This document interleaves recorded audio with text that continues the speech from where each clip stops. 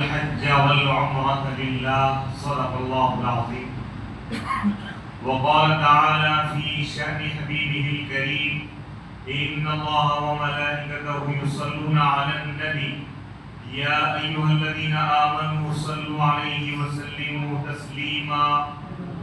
اللهم صل على سيدنا ومولانا محمد معدن الجود والكرم منبع العلم والحلم والحكم وعلى آلہ وصحبہ وبارک وسلم.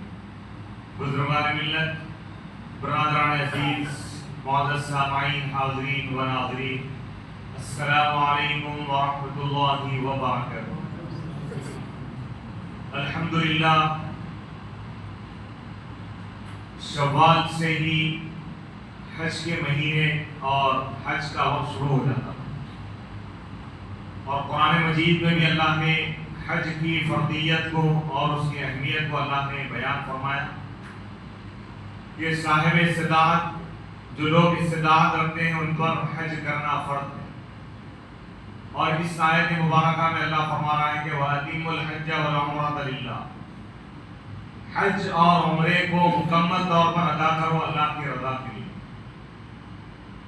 یعنی ایک اور آیت جس میں اللہ نے حج کی فرضیت کو بیان کیا: وَلِلَّهِ عَلَى النَّاسِ حِجُّ الْبَيْتِ مَنِ اسْتَطَاعَ إِلَيْهِ سَبِيلًا. اللہ کے لیے حج کرنا فرض ہے ان لوگوں پر جو وہاں تک جانے کی استطاعت رکھتے ہیں. تو ان دونوں آیتوں کو اگر ہم پیش نظر رکھیں تو معلوم ہوگا کہ ایک آیت میں للہ سے اللہ تعالیٰ آغاز فرما رہا، اللہ کے لیے حج کرنا. دوسری آیت میں فرما رہا ہے کہ وَأَتِمُّوا الْحَجَّ وَالْعُمْرَةَ لِلَّهِ، حج اور عمرے کو مکمل طور پر ادا کرو للہ، اللہ کے لیے. جن دو آیتوں میں حج کی فرضیت کا حکم دیا گیا، ایک آیت کا آغاز للہ سے ہو رہا ہے اور دوسری آیت کا اختتام یعنی حج کا جو حکم بیان کیا گیا ہے وہ حصہ ختم ہو رہا ہے، کمپلیٹ ہو رہا ہے للہ پر. یعنی بتایا یہ جا رہا ہے، اشارہ یہ ہے اس میں کہ حج کی ابتدا بھی للہیت کے ساتھ ہونی چاہیے اور اس کا اختتام بھی للہ پر ہونا چاہیے. یعنی اللہ سے شروع، اللہ پر ختم.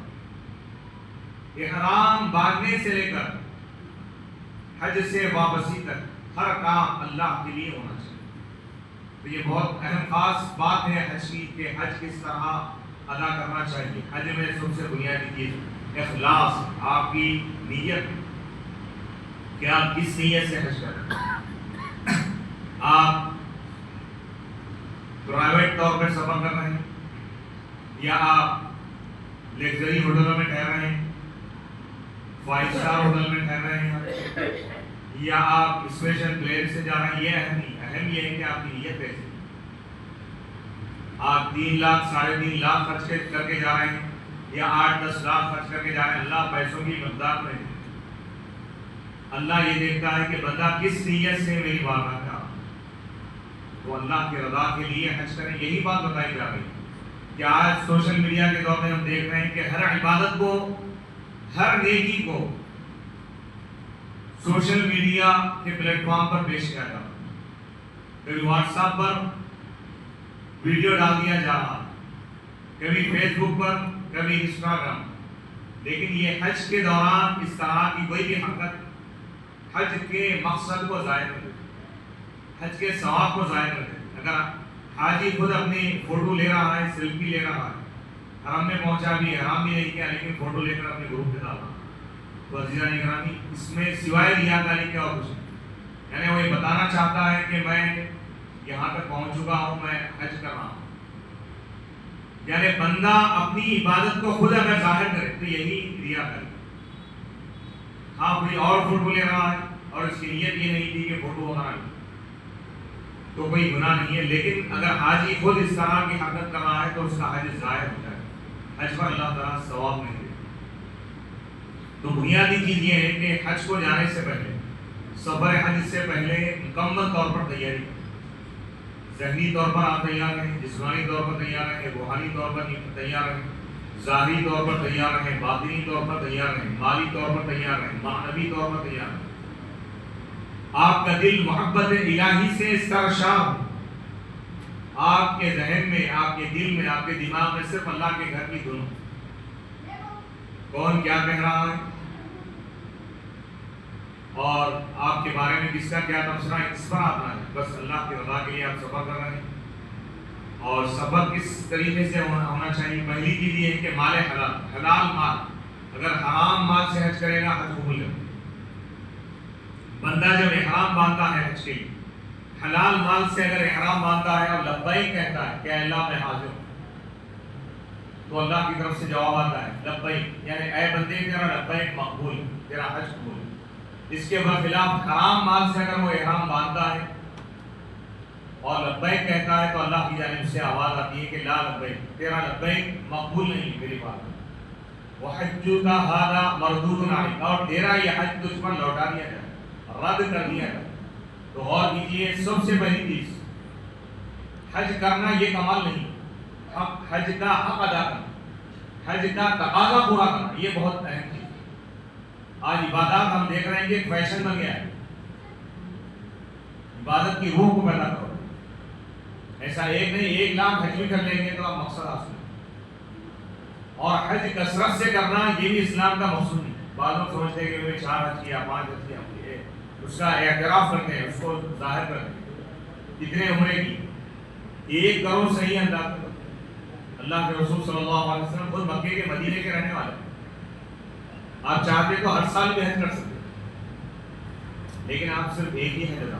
تو معلوم یہ ہوا کہ یہ جو ایک حج ہے، ایک مرتبہ جو فرض ہوتا ہے، اس کو صحیح اخلاص کے ساتھ ادا کریں، اور ایسا ادا کریں کہ اس کے بعد آپ کی زندگی میں ایک انقلاب آئے. آپ کا حج انقلابی ہونا چاہیے. یہ نہیں کہ رسمن احرام باندھیے چلے گئے، حج کے احکام نہیں معلوم، ارکان نہیں معلوم، تو یہ حج ادا نہیں ہوگا. عزیزان گرامی، تو حج کے احکام کیا ہیں؟ حج کی فضیلت کیا ہے؟ حج کی فضیلت کے بارے میں آپ نے سماعت کیا، لیکن حج کے احکام کیا ہے، طریقہ کیا ہے؟ حج 3 قسم کا ہوتا ہے. حج افراد، شوال کا مہینہ شروع ہونے کے بعد، شوال کی 1 تاریخ سے لے کر ذی الحج کے ختم تک، حج کے مہینوں میں صرف آپ حج کریں گے یا کوئی شخص حج کرے گا تو اس کو حج افراد کہتے ہیں. عمرہ نہیں کرنا. بغیر عمرے کے ان 3 مہینوں کے اندر، حج کے مہینوں میں عمرہ کیے بغیر صرف حج ادا کرنا، یہ حج افراد کہلاتا. حج افراد کن لوگوں کے لیے؟ جو مکے میں رہنے والے، جو مقامی، جو لوکل مقام، اس مقام پر جو رہنے والے ہیں، باہر سے آنے والے نہیں ہیں، ان کے لیے حج افراد. عمرہ وہ کبھی بھی کر سکتا. حج تمتع کیا ہے؟ اکثر لوگ جو جا رہے ہیں ہندوستان اور دیگر ممالک کے لوگ، یہ حج تمتع کرتے ہیں. اور ایک حج قران. کیا مطلب؟ یعنی حج کے مہینے شروع ہونے کے بعد 1 شوال سے لے کر 13 ذی الحج تک حج اور عمرہ، یہ دونوں چیزیں اگر کوئی ادا کرے گا تو اس کو حج تمتع کہیں گے یا قران کہیں گے. تمتع اور قران میں کیا فرق ہے؟ تمتع میں بھی عمرہ اور حج کیا جاتا ہے، پہلے عمرہ ادا کرتے ہیں پھر حج. قران میں بھی پہلے عمرہ پھر حج. فرق کیا ہے دونوں؟ تمتع کا مطلب یہ ہے کہ آپ یہاں سے جب جا رہے ہیں حج کے لیے، حج تمتع کے لیے جا رہے ہیں تو کیا کرتے ہیں؟ پہلے عمرے کی نیت کرتے ہیں، حج کی نیت نہیں کرتے. حج کی نیت 8 ذی الحج کو وہاں پر احرام باندھ کر آپ حج کی نیت کریں گے. یہاں سے جو جا رہے ہیں عمرے کی نیت سے جاتے ہیں. عمرے میں 2 فرض ہیں، 2 واجب. احرام باندھنا فرض ہے، کعبۃ اللہ کا طواف کرنا فرض ہے. تو پہلا فرض یہیں سے شروع ہو جاتا ہے. غسل وغیرہ کر لینا چاہیے، اس کے بعد احرام باندھنا چاہیے. احرام باندھ کر 2 رکعت نفل نماز پڑھیں، جبکہ کوئی مکروہ وقت نہ ہو. یعنی سورج ڈوب رہا ہے تو آپ نفل نماز نہیں پڑھ سکتے. سورج نکل رہا ہے نفل نماز نہیں پڑھ سکتے، کوئی بھی نماز نہیں پڑھ سکتے. استواء الشمس، ظہر کا وقت جو شروع ہوتا ہے اس سے پہلے کا جو وقت کہلاتا ہے وہ استواء الشمس. تو اس وقت بھی آپ نماز نہیں پڑھ سکتے ان اوقات کو چھوڑ کر. اور عصر کے بعد اور فجر کے بعد آپ نفل نماز نہیں پڑھ سکتے. ان اوقات کے علاوہ کبھی بھی اگر آپ جا رہے ہیں احرام باندھے تو احرام باندھنے کے بعد 2 رکعت نفل نماز پڑھیں، اور اس کے بعد نیت کریں، دعا کریں اللہم انی ارید العمرہ اے اللہ میں عمرے کا ارادہ کرتا ہوں، فیسرھا لی، عمرہ میرے لیے آسان کر دیں اور اس کو میری طرف سے قبول کرو، وتقبلھا منی، اس کے بعد لبیک کہیں، لبیک اللہم لبیک، لبیک لا شریک لک لبیک ان الحمد والنعمت لک والملک لا شریک لک۔ آپ اب احرام میں آ گئے ہیں تو احرام کی پابندیاں زیادہ ہیں، کسی عبادت میں اتنی زیادہ پابندی نہیں ہے جتنی احرام میں۔ احرام میں آپ ٹوپی کا استعمال نہیں کر سکتے، سلا ہوا کپڑا استعمال نہیں کر سکتے، دستی نہیں، ٹوپی نہیں، رومال استعمال نہیں کر سکتے، توال استعمال نہیں کر سکتے۔ آرام کر رہے ہیں، آرام کرنا چاہتے ہیں، سردی ہو رہی تو آپ بیڈ شیٹ وغیرہ نہیں اوڑھ سکتے، سر ڈھانکیں گے آپ تو آپ پر ایک دم بازی ہوگا، ایک وغیرہ دینا پڑے۔ اسی طرح ناخن نہیں نکال سکتے، ناخن نہیں کاٹ سکتے، سر نہیں اڑا سکتے، اور خوشبودار صابن استعمال نہیں کر سکتے، کوئی دنیاوی گفتگو نہیں کر سکتے، کسی کی غیبت کی یا کسی کی جھگڑ خوری تو حج ضائع ہو جائے، اس کے ثواب پر اثر پڑے گا، تو لہذا زیادہ پابندیاں۔ تو اب احرام باندھ لی، یہاں سے احرام باندھ کر نکلتے، اس کے بعد جب حرم پہنچے، سعودی عرب پہنچنے کے بعد اپنی ہوٹل میں سامان وغیرہ رکھیے، پھر تیار ہوئے، تیار ہو کر سیدھا حرم جاتے ہیں۔ حرم جاتے وقت پہلی مرتبہ اگر جا رہے ہیں تو اب آپ کی نگاہیں جھکی ہوئی رہیں، جیسا ہی کعبہ سامنے آ جائے، کعبے کے قریب پہنچنے کے بعد آپ ایک نگاہ جب دیکھیں گے تو آپ جو دعا کریں گے، دعا بہت اہم چیز ہے، کعبے پر جب پہلی نظر پڑے گی جو دعا کریں گے دعا قبول۔ کعبے پہ پڑی جب پہلی نظر، کیا چیز ہے دنیا بھول گئے، یعنی اس ارادے سے جانا چاہیے، ہر چیز کو بھلا، آپ کے دل میں، آپ کے ذہن میں صرف اللہ کی ذات، اللہ کی قدرت کا جلوہ ہو، اللہ کی رحمت کا جلوہ ہو، اللہ کی عظمت کا، اللہ کی شان کا جلوہ آپ کے وجود پر چھایا رہے، یہی حج کا مقصد۔ آپ ہر چیز کو بھول جائیں، اللہ کی بارگاہ میں ایسے پہنچیں کہ آپ اپنی ہستی کو بھلا دیں اور اللہ کی ہستی اور اللہ کی ذات کو اپنے پیش نظر رکھیں۔ تو اس میں علماء کرام فرماتے ہیں، بعض لوگ سمجھتے ہیں کہ کعبے کو دیکھتے ہی فوراً دعا قبول ہوگی، اس میں مسئلہ یہ بتایا گیا ہے کہ کعبے کو جب آپ دیکھیں گے پہلی نظر، پلک جھپکنے سے پہلے آپ جو دعا کریں گے وہ دعا، اس پوائنٹ کو ذہن میں رکھیں۔ کعبے کو جب دیکھ رہے ہیں، دیکھتے ہی فوراً دعا، دعا کیا کرنا؟ اہم سوال یہ ہے کہ دعا کیا کی جائے؟ ہزاروں ارمان، ہزاروں تمنا انسان لے کر جاتا ہے، فلاں چیز ہونا ہے، فلاں نوکری ملنا ہے، پروموشن ہونا ہے، گھر بننا ہے، فلاں چیز ہونا ہے، ہزاروں ارمان لے کر جا رہے ہیں اللہ کی۔ دعا کیا کریں؟ نہیں معلوم کہ پھر دوبارہ موقع ملے گا، دعا یہ کرنا چاہیے۔ امام اعظم ابو حنیفہ رحمۃ اللہ علیہ فرماتے ہیں کہ اللہ سے دعا یہ کریں، کعبے کو دیکھیں گے، اے اللہ تو مجھے مقبول دعا بنا، یعنی میری ہر دعا قبول ہو، کتنی جامع دعا ہے، ایک مرتبہ دعا کر کے آ رہے ہیں، اب یہاں پر ہزاروں دعائیں کرنے لگی، جائز دعا، اللہ آپ کی دعا کو قبول کرے۔ بعض علماء کہتے ہیں کہ یہ دعا کرنا چاہیے، ربنا آتنا فی الدنیا حسنۃ وفی الآخرۃ حسنۃ وقنا عذاب النار، دنیا اور آخرت میں بھلائی عطا فرما، جہنم کے عذاب سے ہماری حفاظت فرما، تمام چیزیں۔ اس کے بعد حجر اسود کے قریب آئے، بعض علماء کہتے ہیں کہ پہلے زمزم کا پانی پی لیں اور اس کے بعد طواف شروع۔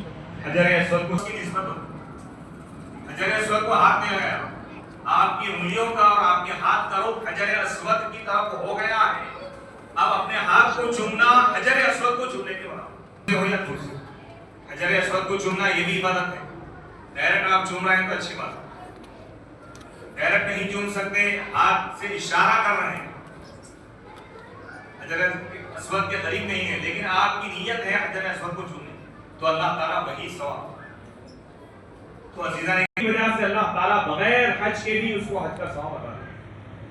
وہ واقعہ تو میں انشاءاللہ کہوں گا، لیکن اس سے پہلے مناسک حج ذہن کریں، آپ حجر اسود سے شروع کریں،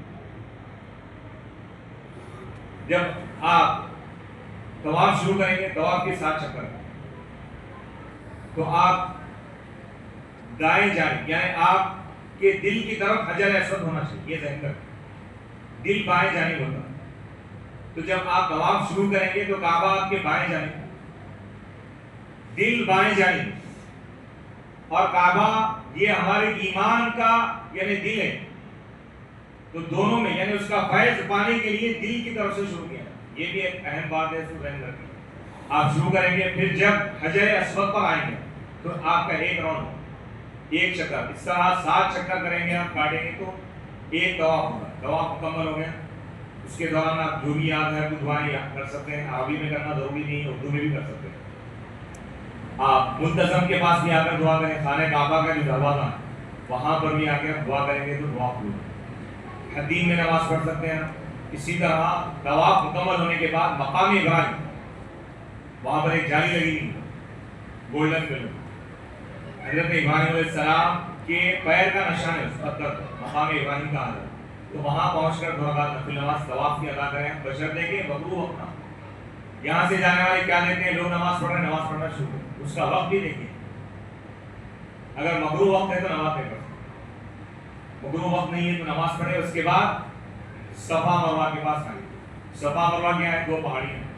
اب آپ جا کے دیکھیں گے پہاڑ نظر نہیں آتا، عمارت دکھ رہی، فرش بچھا ہوا، لیکن پہاڑ کا تھوڑا سا حصہ باقی رکھا ہے۔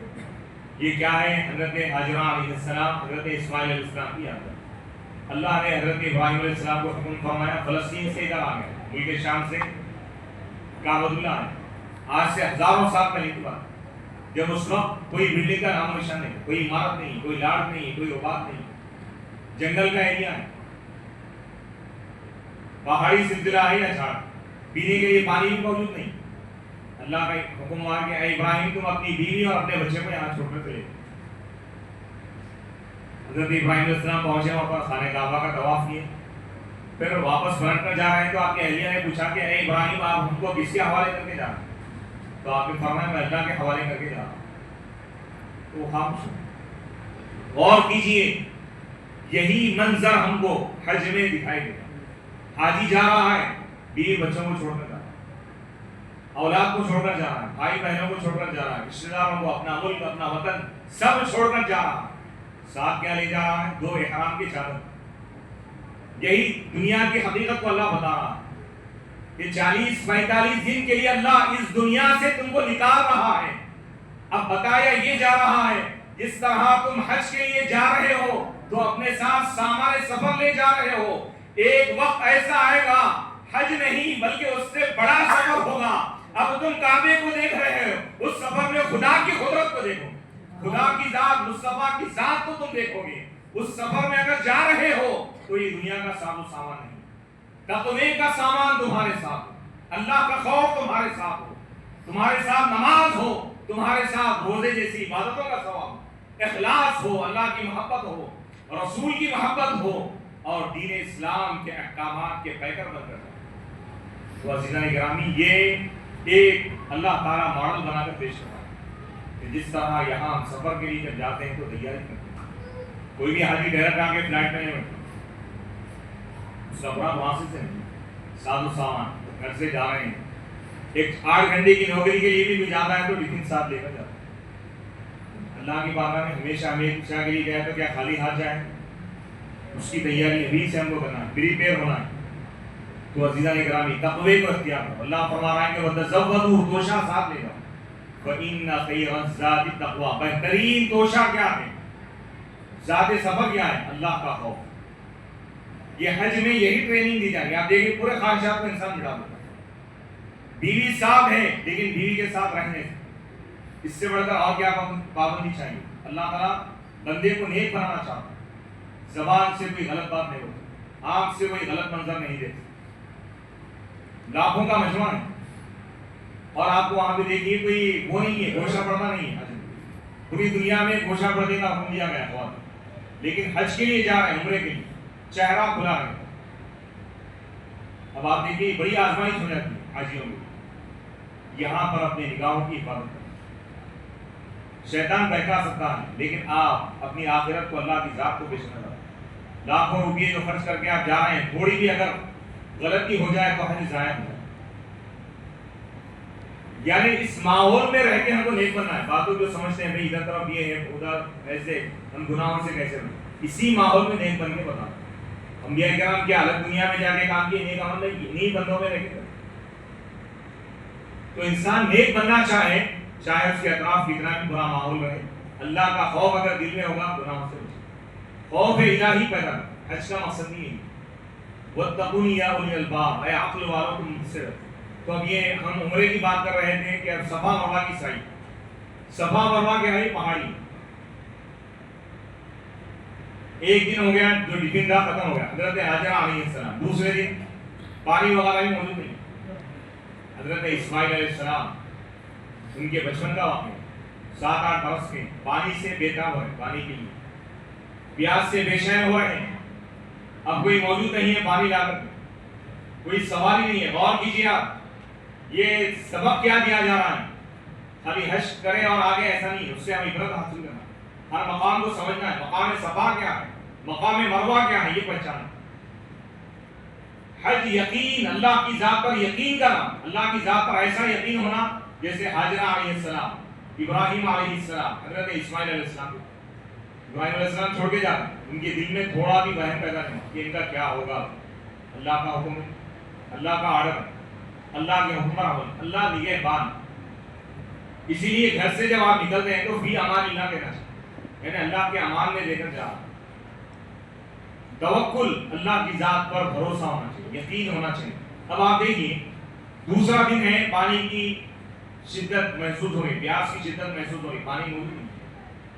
حضرت اسماعیل علیہ السلام تڑپ رہے ہیں، بلک رہے ہیں، چسک رہے ہیں، اور حضرت حاجرہ علیہ السلام اپنے بچے کی پیاس بجھانے کے لیے پانی کی تلاش میں آپ دوڑ رہے ہیں، 7 راؤنڈ دوڑے، صفا سے مروہ میں، مروہ سے صفا، پھر صفا سے مروہ، مروہ سے صفا، 7 چکر لگائے اپنے بیٹے کو پانی پلانے کے۔ اب آپ دیکھیے والدہ کا مقام اللہ تعالیٰ بتا کہ ایک یاد پوری اسلام میں ایک خاتون کی ایک یاد کو بھی اللہ پاتا ہے۔ کون؟ وہ خاتون جو حضرت اسماعیل علیہ السلام کی والدہ، اپنے بیٹے کی پیاس بجھانے کے لیے وہ جو تڑپ ہے، اللہ نے اس تڑپ کو عبادت بنا، اپنی اولاد کو آرام پہنچانے کے لیے وہ جو محنت کی، جو دوڑے اور کوشش کی، اللہ نے اس کو سعی قرار دیا۔ سعی کے معنی کوشش کرنا۔ تو اللہ نے ہمیشہ ہمیشہ کے لیے حج کرنے والے کے لیے، عمرہ کرنے والے کے لیے واجب قرار دیا۔ پیر میں درد ہے، کوئی بہانہ نہیں چلے گا، آپ کو واقعی کرنا ہی ہے، آپ کو وہاں پر دوڑنا ہی ہے، اس کے بغیر آپ کا نہ عمرہ ہوگا نہ حج ہوگا۔ پھر حضرت جبرائیل علیہ السلام آئے اور کہا کہ اے اسماعیل، تم اپنا پیر، اپنی ایڑی زمین پر مارو۔ زمین پر ایڑی جب مارے پانی کا چشمہ جاری، پانی کا چشمہ جاری ہوا۔ کہاں سے جاری ہوا؟ جنت سے نہیں آیا، حضرت ابراہیم اسماعیل علیہ السلام کے پیر کی ٹھوکر سے جو پانی نکلا، اس کا نام زمزم۔ آج پوری دنیا اس پانی کے لیے تڑپ رہی ہے۔ وجہ کیا ہے؟ وہ پانی حضرت اسماعیل علیہ السلام سے نسبت رکھتا ہے۔ پانی کھڑے ہو کر پینا ہے، دنیا کا کوئی پانی کھڑے ہو کر نہیں پی سکتے۔ بسلیری کا پانی ہے، ٹھہر کے نہیں پی سکتے، کوئی اور کمپنی کا ہے، ٹھہر کے نہیں پی سکتے، نل کا پانی ٹھہر کے نہیں، بورویل کا پانی ٹھہر کر نہیں۔ لیکن جب آپ زمزم آپ کے سامنے پیش کیا جائے، ٹوپی نکال کر قبلے کی طرف رخ کر کے کھڑے ہو کر پینے کا حکم۔ وجہ کیا ہے؟ یہ بھی پانی، وہ بھی پانی، بتایا یہ جا رہا ہے یہ بھی پانی ہے وہ بھی پانی، لیکن زمزم وہ پانی ہے جو عام پانیوں کی طرح نہیں ہے۔ حضرت اسماعیل علیہ السلام کے پیروں سے اس کو نسبت ہو گئی۔ نبی کے پیر سے جس کو نسبت ہو جائے اس کا ادب واجب، تو نبی کا ادب واجب کیوں نہیں ہو؟ اور کیجئے انبیاء کا مقام کیا؟ آج بھی لوگ وہ پانی پیتے ہیں زمزم، اور یہ شفا ہے۔ پوری دنیا کے پانیوں کو ایک جگہ جمع کر دیا، پانی کو ساری حالت کر دی، 3 دن 4 دن 8 دن کے بعد پانی خراب ہو جائے، بغیر فلٹر کے اگر کوئی بھی پانی آپ رکھیں پانی خراب ہو جائے۔ لیکن زمزم وہ پانی ہے، آج سے لے کر قیامت تک بھی اگر آپ بغیر فریج کے بغیر فلٹر کے رکھیں گے پانی خراب ہوگا، کیڑے پیدا ہوں گے۔